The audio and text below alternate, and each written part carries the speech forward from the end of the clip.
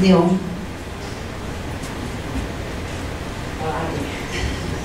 A sua fala foi belíssima.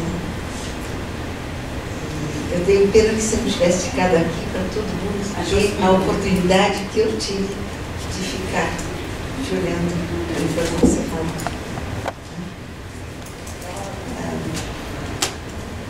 Foi tristíssima, foi fortíssima, mas é importante, né? Esse nível de contundência, porque efetivamente a mulher, e muito especialmente a mulher brasileira, né? E cada vez mais eu vejo o esforço disso acontecer, né? A imagética, como você fala, da mulher brasileira tem sido cada vez mais isso. A partir do movimento de mulheres, né?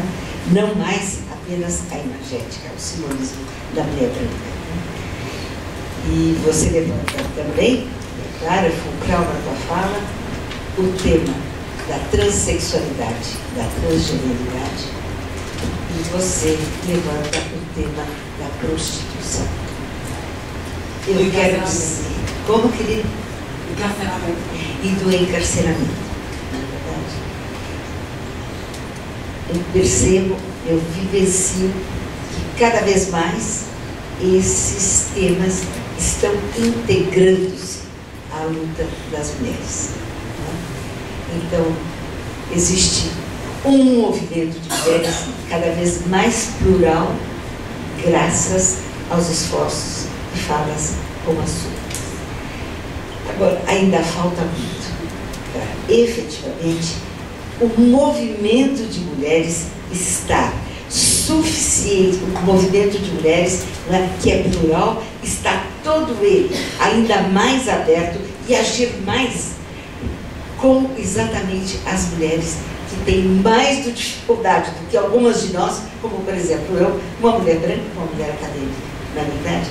Então, esse compromisso que muitas de nós, brancas e acadêmicas, estamos tendo, é aquele que todas nós, do movimento de mulheres, precisamos ter em relação à transexualidade, à transgeneralidade, e queria aqui dizer a prostituição.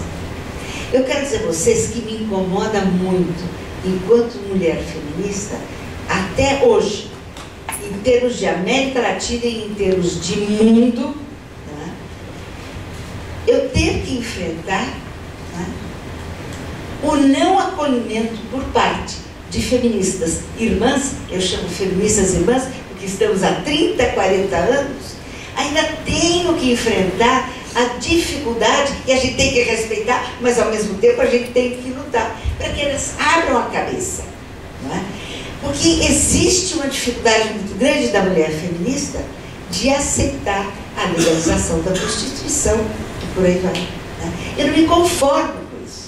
Eu não me conformo com isso, mas existem em redes latino-americanas, e quero dizer a vocês, existe, inclusive no comitê, que eu por 12 anos participei, que é o Comitê sobre a Eliminação de todas as discriminações contra as mulheres. É o comitê, da sigla em inglês, Comitê CEDAW, que monitora a Convenção CEDAW, que é um dos 9 tratados de direitos humanos da ONU. Então, é absurdo, é revoltante, é indignante.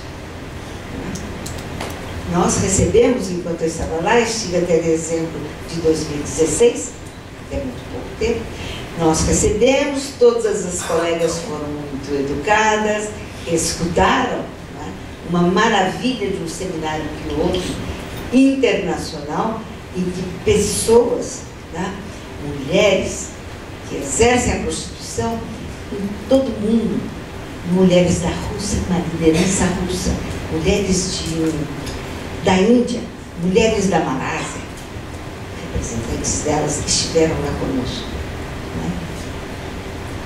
Mas não mudou nada em termos de efetivamente haver uma maioria no comitê que seja, mesmo que não fosse de todos, que efetivamente entendam que nós temos de incluir como irmãs as mulheres que exercem a prostituição e lutar pelos mesmos direitos que nós lutamos para nós. Não conseguimos. Então, eu quero aqui insistir como um depoimento de quem realmente fica indignada pela dificuldade que parte do movimento feminista ainda tem de aceitar a prostituição, o exercício da prostituição. E também precisaria dizer que também existe no movimento feminista, isto não saberia dizer em termos de percentual de forma alguma, se são algumas poucas ou não, e gostaria que você falasse, que não aceitam, não é, a mulher transexual enquanto mulher. Eu quero dizer que isso, inclusive, na PUC, quando fiz uma beleza, não sei se esteve lá, de um cine debate sobre aquele filme documentário daquela grande psicanalista Schneiderman, a Miriam Schneiderman, de gravata e unha vermelha. Né? Eu ainda tive, por parte de algumas alunas... Letícia Lanz. A Letícia Lanz foi. Sim. A Miriam Schneiderman foi a psicanalista que dirigiu isso. A Letícia Lanz estava sentada até ao meu lado, encantadora. Né? A gente teve toda uma afinidade muito grande. Mas o que eu quero dizer, tive alunas, imagine, alunas então são essas que deviam ter cabeça mais fresca, tem 18, 19, 20, 21 anos, que se negaram a ir nessa coisa linda que a gente fez no Tuca e disseram: respeito muito a luta da senhora, mas transexual não é mulher. Elas se dizem feministas radicais. Eu prefiro usar a expressão radical para um outro tipo de feminismo. É um feminismo que vai até as raízes das desigualdades, né, que existem historicamente, trazidas aqui, por exemplo, a desigualdade da raça, né, do que foi feito por uma boa parte do povo africano, trazido aqui no Brasil e tornado pior do que animais, na verdade. Então, é tudo isso que a gente precisa conversar mais. Eu quero que você tenha a palavra para indicar a palavra para outra pessoa, porque realmente aqui eu estou apenas para fazer alguns comentários. E eu quero dizer mais do que isso, fazer alguns comentários e compartilhar com vocês a minha emoção e a minha indignação em relação a uma série de pontos que você levantou.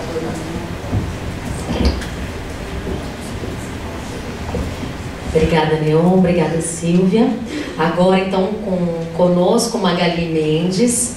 Magali é formada em 92 também pela PUCamp, em História, cursou especialização em História do Negro no Brasil, à Universidade Cândido Mendes, em 2004, atuação militante como coordenadora de formação da Associação de Promotoras Legais Populares Cida da Terra de Campinas e região, e coordenadora de mulheres do Festival Comunitário Negro Zumbi, FECONESU, 40 anos, vice-presidente da Casa Sem Preconceitos, que é uma iniciativa popular para abrigar mulheres transgêneras em situação de rua. Servidora pública, aposentada pela Unicamp. Obrigada, Magali.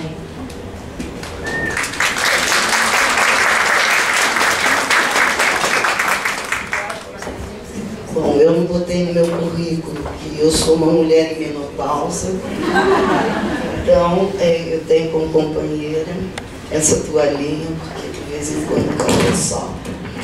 Bom, eu queria agradecer o convite também, né? Acho importante que a gente dialogue com todos os setores da sociedade e a Defensoria Pública, em particular, é uma instituição que nós de movimentos populares defendemos a criação e a permanência, né? E vira e mexe a defensoria, ela é colocada em xeque porque setores conservadores da sociedade não querem que a defensoria exista.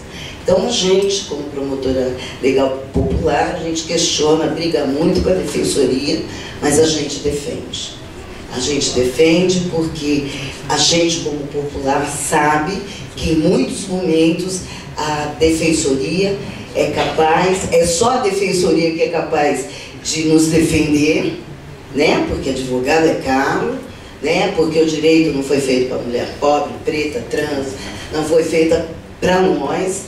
E a gente tensionando, a gente tem esse direito. Então, para nós a defensoria é uma conquista, né? E uma conquista, inclusive, que tem que se ampliar, né? Porque a gente defende a defensoria, a gente acha que a criação do NUDEM foi muito importante, mas a gente quer o NUDEM no interior. Não adianta ter o NUDEM só aqui, né? A gente precisa ter o NUDEM lá, ter as representações do NUDEM lá, porque se a gente não fala em mulheres negras, se a gente não fala em mulheres trans, a gente também não fala em mulher rural, né? A gente também não fala em mulher em situação de rua, a gente também não fala em mulher encarcerada ou em situação de em privação de liberdade, né? E isso no interior tem. Por exemplo, quando a gente vai falar em mulher em privação de liberdade, tem 12 presídios femininos no estado de São Paulo e a maioria no interior.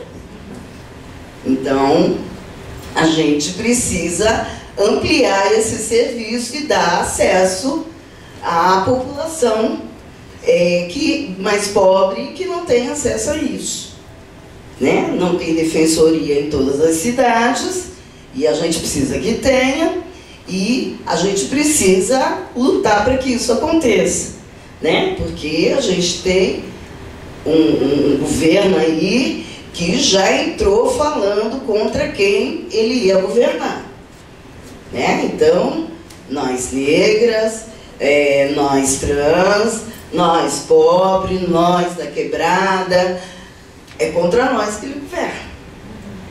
E proporcionalmente nós é que pagamos mais impostos.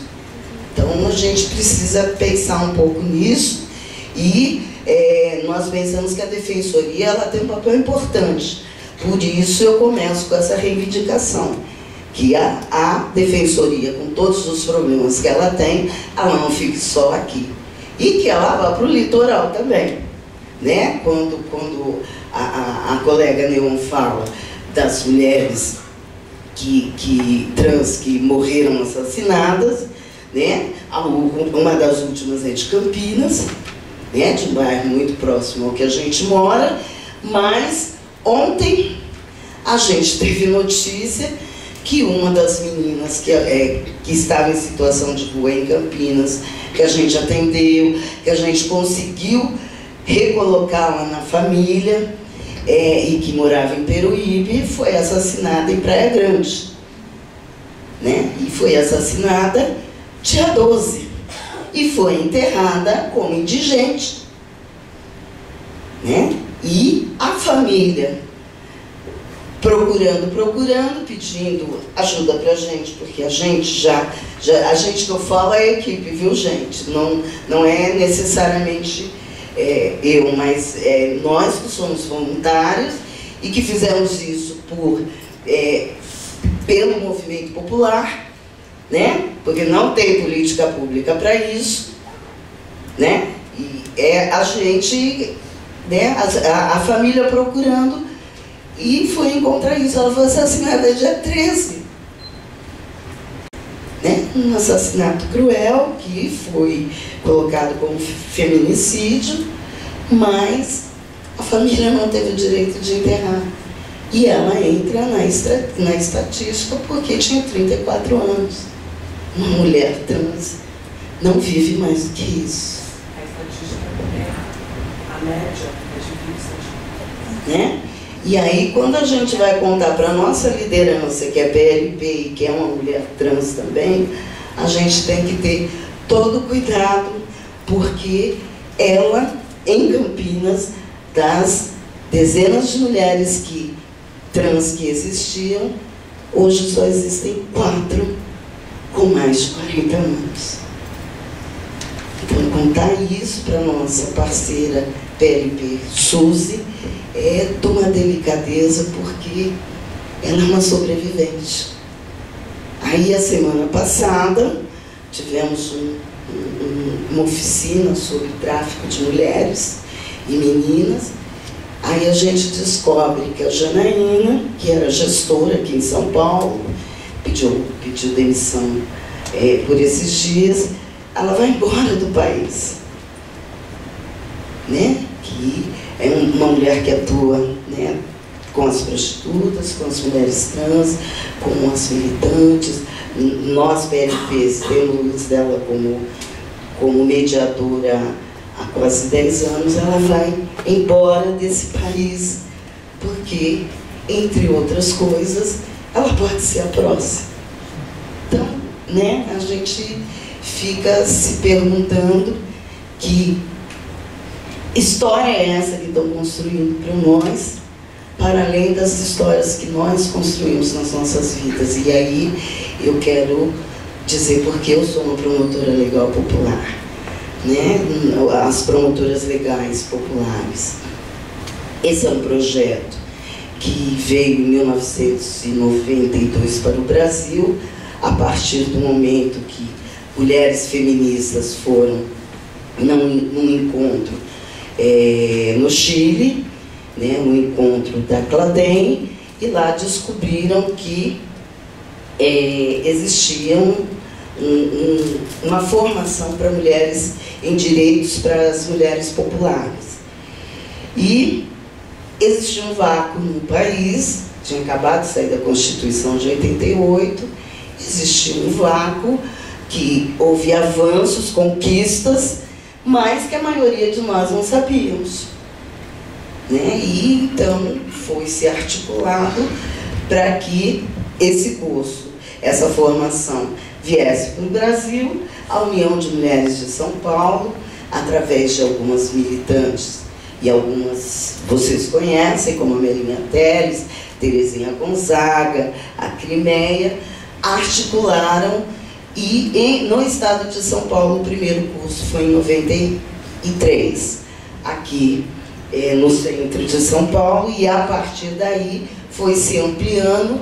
Hoje, essa formação, ela existe em média de 40 cidades no estado, e a gente tem demanda de ampliação, né? A gente não tem perna, porque a gente é autônoma, e no Brasil, né, na federação, em média de 24 estados da União e no Distrito Federal, né? E o que é importante a gente dizer é que nós somos mulheres populares, nós somos mulheres autônomas, e nós temos, na nossa diversidade, nós temos uma série de questões e problemas para resolver, mas que nós atuamos no cotidiano da vida de cada mulher, né? E nós achamos importante as políticas maiores, e estamos na luta por políticas maiores,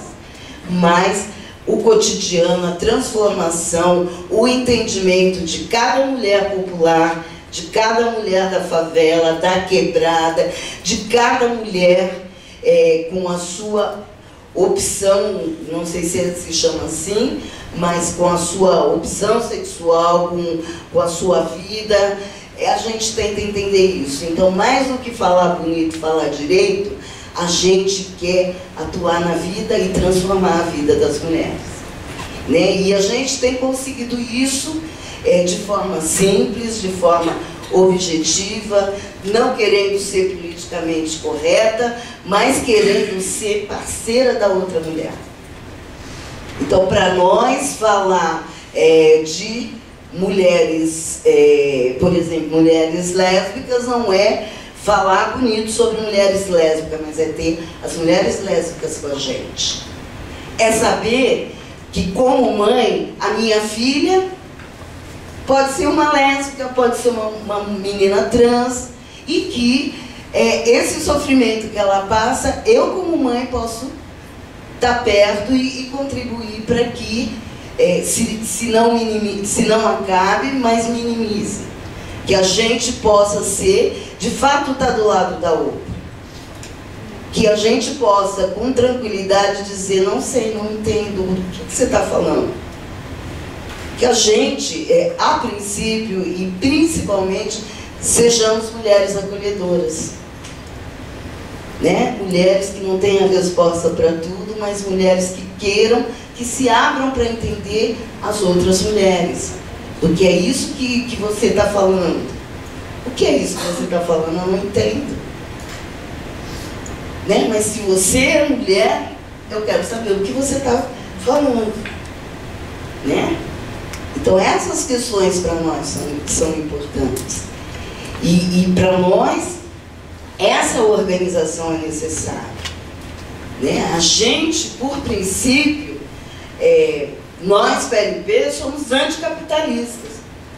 Então, a gente pode não saber o que é comunismo, a gente pode não se afirmar como comunista, como socialista, mas a gente tem como princípio que o capitalismo não nos serve. Então, somos anticapitalistas. Que sistema é esse que a gente quer? Não vamos descobrir juntas, mas o que a gente não quer, a gente já sabe, né? A gente sabe que o nosso projeto é um projeto de gênero, raça e classe. Então, nós lutamos cotidianamente contra o racismo. Agora, isso quer dizer que no nosso meio não tem racismo? Não. Isso não quer dizer que no nosso meio não tem racismo. Isso quer dizer que o racismo é uma discussão permanente nossa. Isso quer dizer que a gente tem por obrigação de discutir o racismo. E, inclusive, de entender. O que é isso que eu não entendo, né? Hoje está na moda falar de privilégios, né? A gente entendeu o que é privilégio. E que mesmo a gente sendo, e essa aqui é uma PLP de São Bernardo do Campo, mesmo eu sendo uma PLP negra e ela sendo uma PLP branca, que privilégio é esse que ela, como mulher branca, tem sobre mim, que sou uma PLP negra? Então, a gente entender na prática o que é isso, como é que a gente desconstrói essas coisas, né? Como é que a gente discute essas coisas? E discute sem medo, gente. O racismo é estrutural. Então, eu não estou dizendo aqui que vocês têm culpa do racismo, mas vocês têm responsabilidade de desconstruir o racismo. Porque o racismo é que faz com que nós, mães negras, não tenhamos paz. E aí não adianta falar de cultura de paz e quando o meu filho sai na rua, por excelência, ele é alvo da polícia. Então, não se trata de culpa. Não se trata de culpa. Se trata de responsabilidade, né? Porque a internet não vai fazer a revolução, gente. Sinto muito informar para quem não sabia. Não tem revolução pela internet. Né? A revolução vai ser no cotidiano, a revolução vai ser a gente se vendo, a gente dialogando, a gente tentando entender e a gente sabendo quem é nosso inimigo comum. Então, é essa a nossa pegada de PLP. Né? A gente dizer para outra, a gente entender da outra, a gente transpor para outra o que é, por exemplo, relação de gênero. Né? Uma palavra muito bonita, muito difícil, mas até alguns anos atrás, gênero para nós era arroz, feijão, roupa. Né? E ter essa possibilidade de dialogar com pessoas acadêmicas, né? Eu não sou acadêmica, mas fui trabalhadora da academia, e foi na academia que eu conheci um monte de mulher bacana que conseguiu contribuir para o meu entendimento, porque eu estava na academia trabalhando, mas eu moro na quebrada. Eu moro numa ocupação urbana, porque eu tenho direito de morar. Então, eu e minha família ocupamos, resistimos e construímos. Né? Então, é importante essa ligação, é importante a gente saber, porque a gente pode transpor. E acho que é isso que o feminismo nos dá de bom, essa possibilidade de diálogo. Né? Essa possibilidade da gente saber que a gente é mulher, que embora as opressões que eu sofra sejam diferentes, mas a doutora sofre a discriminação também porque é mulher, a opressão por ser mulher. E aí, mesmo que elas não toquem no assunto que me move, que é ser mulher negra, mas eu assisto e passo, toda vez que nós vamos fazer oficina, a gente passa a vovozinha e o feminismo. E aí a gente fala, olha, eu conheço ela, olha, é assim. E as mulheres discutem, e discutem até porque não tem a questão racial ou a mulher negra representada naquele vídeo. E é assim que a gente desconstrói. Quem vai fazer a crítica acadêmica são as acadêmicas. A gente lida com o que a gente tem e valoriza o que a gente tem. Né? Isso é importante. Né? E acho muito importante o histórico, o estudo, e sou uma feminista negra popular. Né? Leio Djamila Ribeiro também. Né? Leio.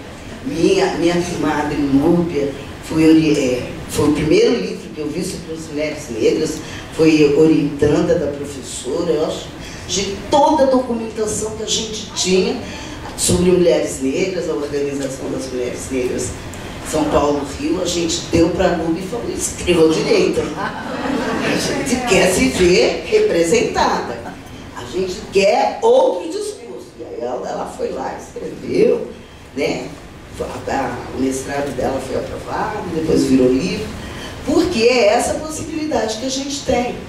Agora, para nós, quando vocês, negras acadêmicas, viram mestres e doutores, a vitória é nossa também, gente. Para com isso, que não é mérito pessoal, não. A vitória é nossa também. Né? Então, a gente tem que fazer isso, porque senão a gente fica só chorando, e essa coisa de botar, que virou moda também, nós somos as coitadas, nós resistimos 500 anos. A gente pode não estar no livro de história, mas a gente construiu. Né? E aí eu gosto, tem um martinicano chamado Fanon, que fala que tudo que a sociedade, que o mundo construiu de bom ou de ruim, nós temos a ver com isso. Então eu não vou dizer que porque a menina virou estrela, que eu não tenho a ver com isso, eu lutei muito. Eu e minhas companheiras. Né? Nós fizemos o primeiro encontro de mulheres negras nacional, o segundo, puxa, acabaram de fazer o 30 anos, que bacana. Hoje, quando a gente vê esse monte de mulheres escrevendo, é mérito nosso. Só que nós temos um problema sério. As mais pobres do mundo ainda somos nós. Então, a gente sabe onde é o nosso lugar, não porque nos puseram nesse lugar, mas porque a gente tem que estar lá. Essa é a verdade, que nós mulheres somos as mais pobres do mundo e as mulheres negras são as mais pobres entre as mulheres. Então, a minha luta é contra a pobreza. Acho importante estar visualizada na televisão, mas a minha luta é contra a pobreza. Não é para me ver na Globo. Né? É pensar que quando tiver uma mulher passando fome, eu não serei feliz. Então, minha luta de mulher negra é contra a pobreza. Então, a gente precisa pensar nisso. E para lutar contra a pobreza, a gente precisa estar onde a pobreza está. Né? Gosto muito da Maju, mas dificilmente eu vou assisti-la. Né? Porque o horário da Maju é meu horário de reunião.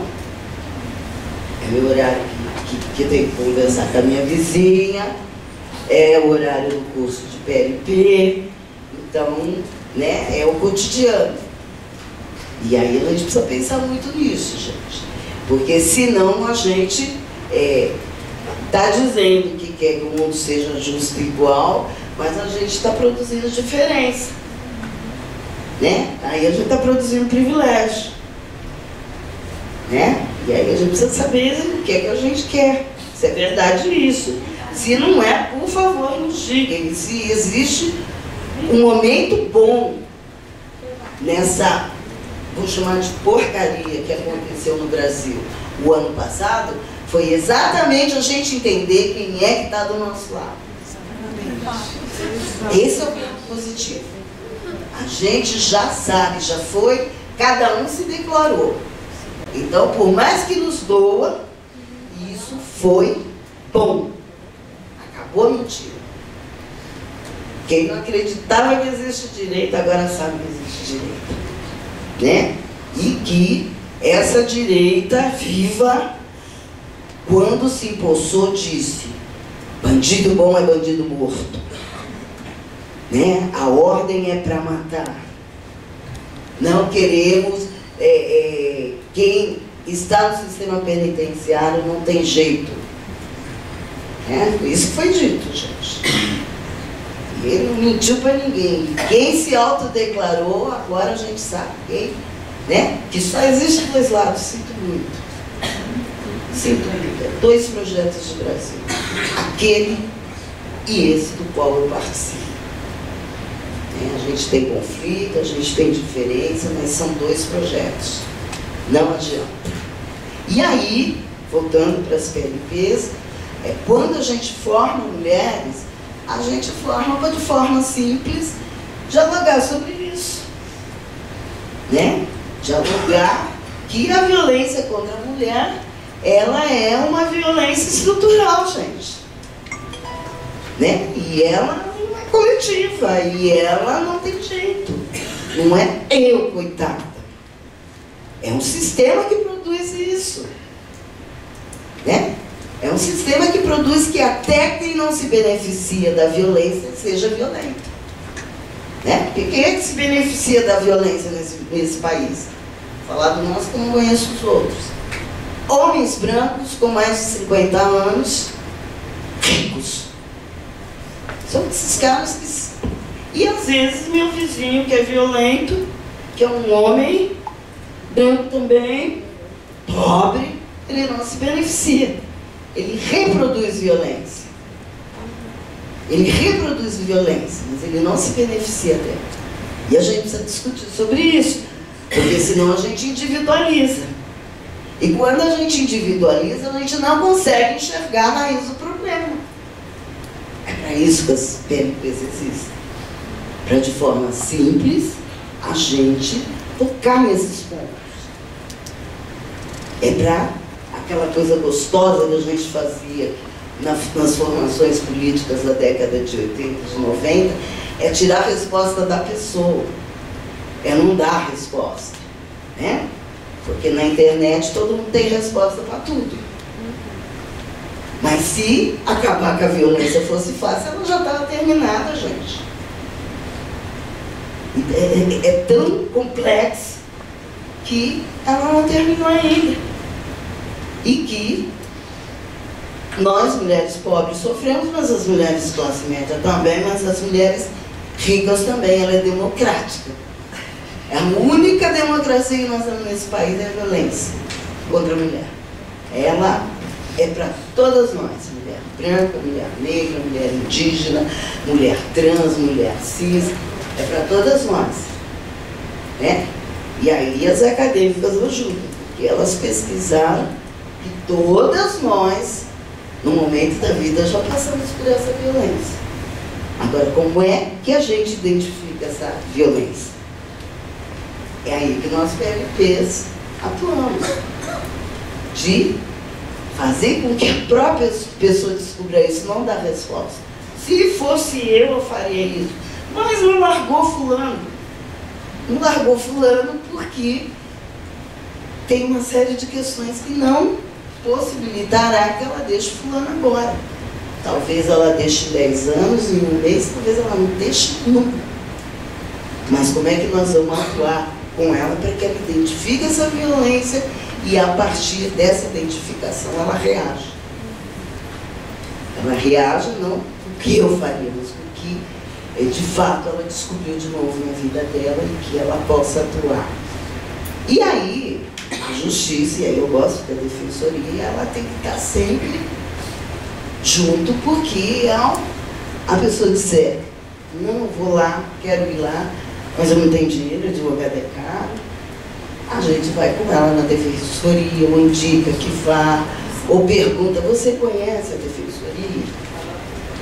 né? E a gente garantir que ela seja atendida de fato. Então, é pensar que nós, promotoras legais populares, somos multiplicadoras e, ao multiplicar, a gente sabe que informação é poder, então nós fazemos um curso que vai de 4 meses a 1 ano, depende da realidade, que leva em conta a realidade daquele local. Então, se naquele local o problema é saneamento básico, a gente vai pensar como é que essa questão nos atinge como mulheres, né? E colocar a falta de saneamento no campo da violência contra a mulher. Por quê? Porque se não tem saneamento básico, as crianças ficam doentes, e historicamente quem é que leva as crianças ao médico? Então não tem, porque nós não vamos pensar em nós, não vamos ter que levar os outros para o médico, né? E aí é isso que a gente faz, é pensar e dizer, nossa, eu nunca tinha pensado que isso é violência contra a mulher, né? E a gente para de botar nas questões tão grandes e bota na questão que a gente enxerga, porque tem coisas que a gente não enxerga, né? E a gente também não se coloca no campo de quem entende de tudo. Nós não entendemos de tudo. Nós fazemos um curso que nós convidamos as pessoas e nós trocamos, né? Nós trocamos, nós ensinamos, aprendemos, trocamos, e a gente sai de lá com uma bagagem maior, sabendo que a informação é poder e que a informação ela não se dá só na escola, né? A informação ela não se dá só na internet, que a informação ela pode nos empoderar como mulher na nossa comunidade, na nossa cidade, no nosso trabalho, né? E que aquilo que a mulher puder produzir de avanço será um avanço para o coletivo, não será um avanço individual. Então, uma coisa que a gente tem muito é se pensar como coletivo, né? Porque inclusive uma armadilha do capitalismo é colocar tudo no plano individual, né? Tudo eu, né? E a gente não consegue pensar no coletivo. E aí, se minha família tiver o que comer, tá bom, penso no resto. Aí eu não quero saber o que minha vizinha, o que está acontecendo na minha vizinha. Aí a mulher apanha 4 horas e ninguém abre a porta, ninguém mete o pé na porta. E aí a gente tem que quebrar isso, tem que desconstruir essas coisas, porque se a gente não desconstruir essas coisas, a gente vai ficar falando de mulher, mas na prática a gente não desenvolveu sensibilidade para saber o que está acontecendo ali, né? A gente não desenvolveu sensibilidade para entender que aquela menina, nossa vizinha, que foi para o exterior, estava sendo traficada. E a gente olha e fala, ah, mas ela quis ir, mas o tipo de oferta que ela teve até não iria. Né? Vai para ganhar mais, vai para não sei o quê, vai para não sei o quê, e chega lá, se vê numa situação e não consegue voltar desse tráfico, e a gente não desenvolve sensibilidade. A gente ainda fala, olha que legal, ela foi, mas não consegue entender em que situação ela foi. Né? Aí quando morre uma mulher assassinada pelo companheiro ou pelo ex-companheiro, a gente, que se diz feminista, que se diz militante de Facebook, não consegue entender o que aconteceu com aquela mulher. Né? No fundo, a gente ainda pergunta, será que ela não fez alguma coisa? Né? A gente não consegue entender, e aí eu vou falar para as mulheres brancas de classe média, que quando uma mulher de classe média separa, ela vai no serviço público, não é atendida. Por quê? Porque no dia anterior ela era de classe média, ela tinha uma renda maior que 3 salários mínimos. E, por exemplo, a defensoria só atende até 3 salários mínimos. Olha, se eu sofri violência, se aquele cretino que eu vivi 20 anos foi embora, eu não sabia que estava tudo no nome dele. Eu passei a ser pobre no outro dia. E eu não vou ser atendida. Eu não vou ser atendida porque eu não me toquei a vida inteira que toda a construção estava indo para o nome dele. E a gente não tem sensibilidade para isso. A gente olha e fala assim, ah, mas fulana é advogada, é médica. Como que ela não resolve isso? Né? Mas culturalmente ela é uma mulher brasileira, foi enganada como a maioria de nós. E é branca de classe média, hein, gente? Então a gente pensar nessas sensibilidades que a gente não desenvolve e que a gente precisa quebrar e desenvolver. E é por isso que nós somos PLPs. Porque a gente atua no cotidiano das pessoas.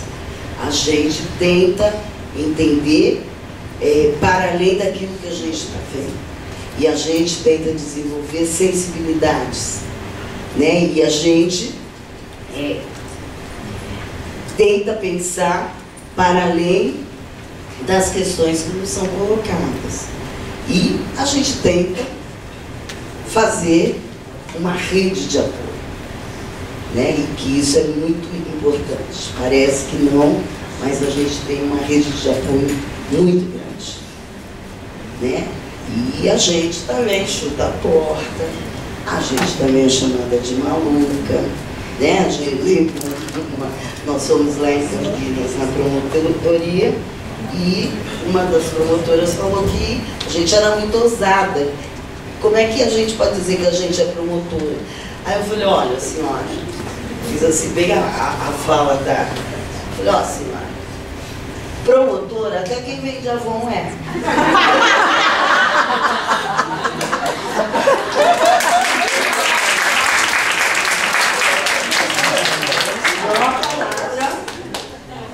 A gente não é promotora de justiça, a gente é promotora legal popular.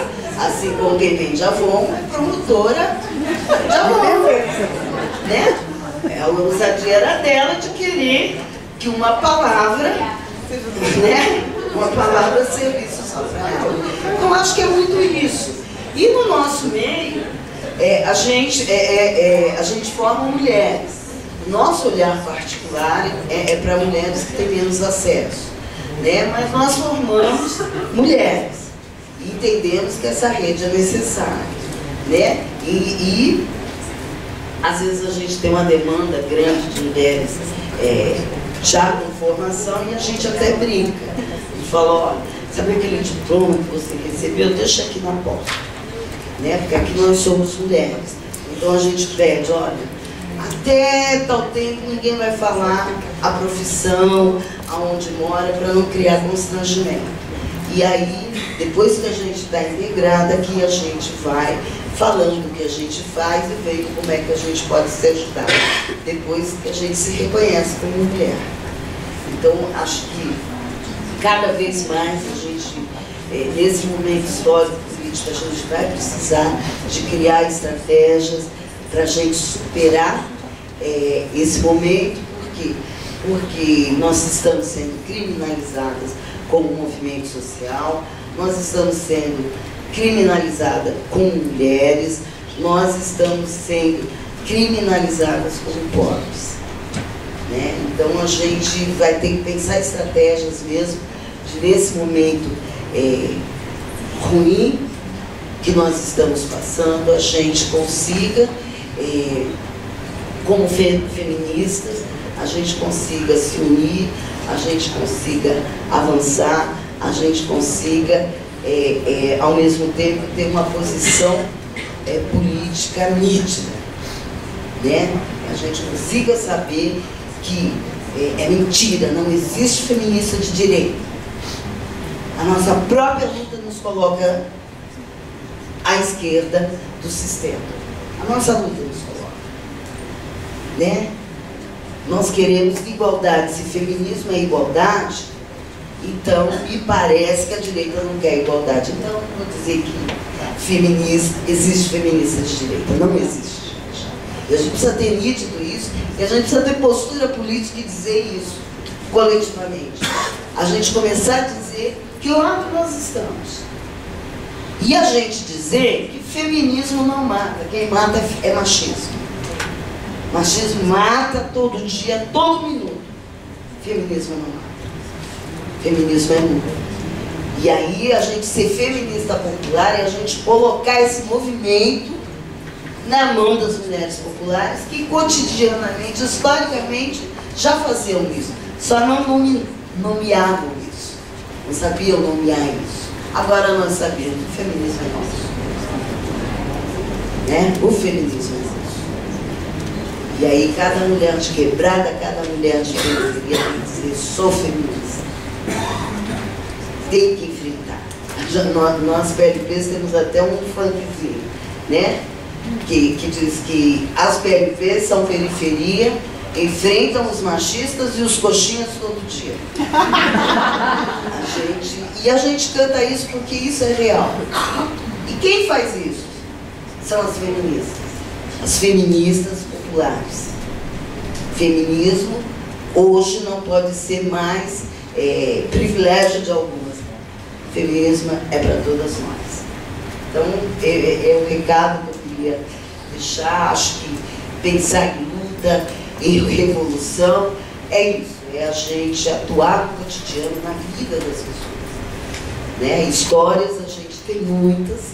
E tem muitas histórias boas, bem-sucedidas. Tem algumas, nem tanto.